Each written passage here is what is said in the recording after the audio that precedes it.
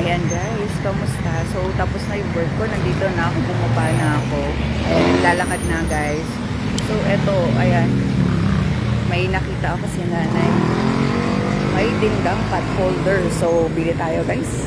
Hello, Nay. Ano po? Magkano po yan, yung pot holder? Po? Magkano po? Magkano, Nay? 35? Ah, ayan po. Ano, Nay? Pwedeng ano na lang. Ayan, 35 daw, sabi ni nanay. Isang peraso na lang, Nay, para may pot holder lang ako. Sa inyo na po yung ano. Huwag niyo nang kunin yung sukli. Kahit isang peraso lang, para may ano ako sa inyo, Nay. Ayan. Okay na po yan, Nay. Thank you so much po. Ingat, Nay. God bless po. Bye-bye. Pa, ingat pa. So, ayan, guys.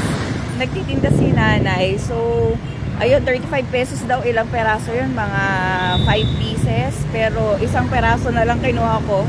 Ayan. Tapos hindi na natin kinuha yung sukli, guys, ng 100. Ayan. Tulong ko na lang kay nanay yon. So, yun. Para may remembrance lang ako kay nanay. Hindi ko pa naman kailangan talaga ng pot holder, guys. Nakita ko lang si nanay. Ayun.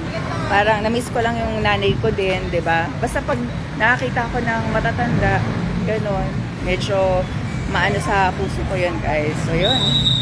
So yung ngayon, guys, ano na rin, pauwi na ako, guys. Sasakay pa ako ng isang ride.